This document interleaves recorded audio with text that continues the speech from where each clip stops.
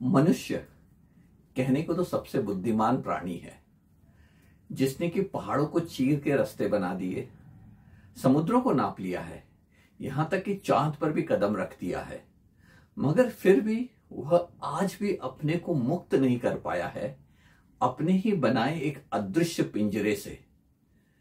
ये कौन सा पिंजरा है? ये पिंजरा है धर्म का।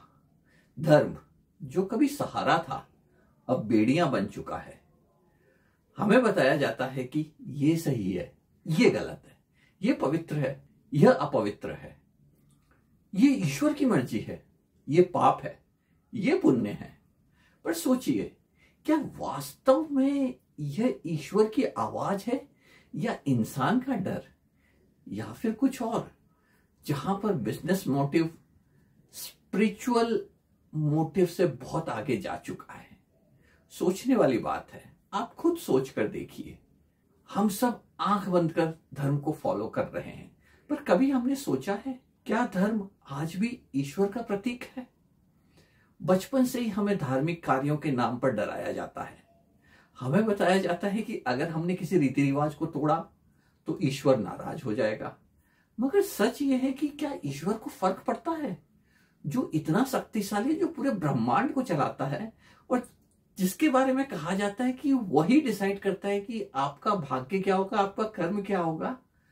फिर ये कहां से आ जाता है कि आप कोई कार्य करेंगे तो अचानक से वो ईश्वर के खिलाफ हो गया?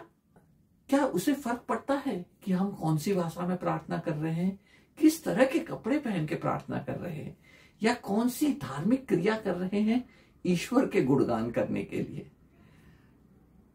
सही मानिए तो फर्क केवल इंसानों को पड़ता है, क्योंकि ये इंसानों के बनाए हुए नियम है।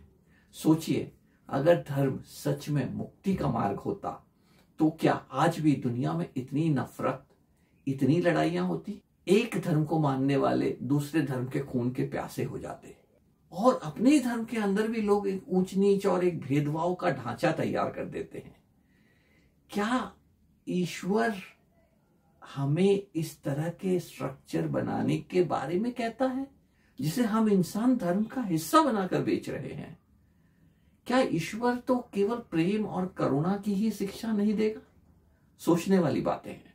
कहा जाता है कि धर्म मन की शांति देता है, मगर अगर आपके मन में हमेशा एक घृणा के भाव उपज रहे हैं, तो क्या रियली धर्म आपको शांति दे रहा है, या फिर यह मन का बोझ बन जाता है? और शायद इसे आप बोझ की तरह भी नहीं लेते, क्योंकि हम उसके अंदर इतना घुस चुके होते हैं, हमें लगता है कि वही सही है, वही ईश्वर है। हमें यह तय करने का भी हक नहीं कि हम किस पर विश्वास करें, कैसे जिएं और कैसे सोचें। और अगर किसी ने सवाल उठाया तो उसे अधर्मी कह दिया जाता है। लेकिन असली अधर्म क्या है? क्या सवाल पूछना असली अधर्म है, या सब कुछ चीजें सोचे समझे बिना मान लेना? भले ही वो हिंसा की ओर ले जाए, भले ही वो दूसरों के प्रति भेदभाव करने को प्रेरित करे, भले ही वो आपके अंदर घृणा पैदा करे, क्या वो धर्म है? आज वक्त है सोचने का। क्या हम धर्म के नाम पर अंधे होकर जिएंगे, या अपनी बुद्धि और अपनी सोच समझ का उपयोग करके समझने की कोशिश करेंगे कि सच क्या है, धर्म का असली रूप क्या है? क्या बंधन जो क्रिएट किए गए हैं वो धर्म का असली रूप है, या जो स्पिरिचुअल मोटिव है धर्म में, वो धर्म का असली रूप है?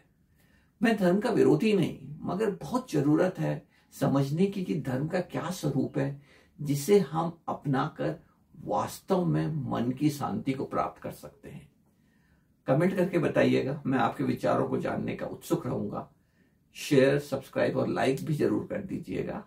जुड़े रहिए, ये सफर है खुद को बेहतर समझने का।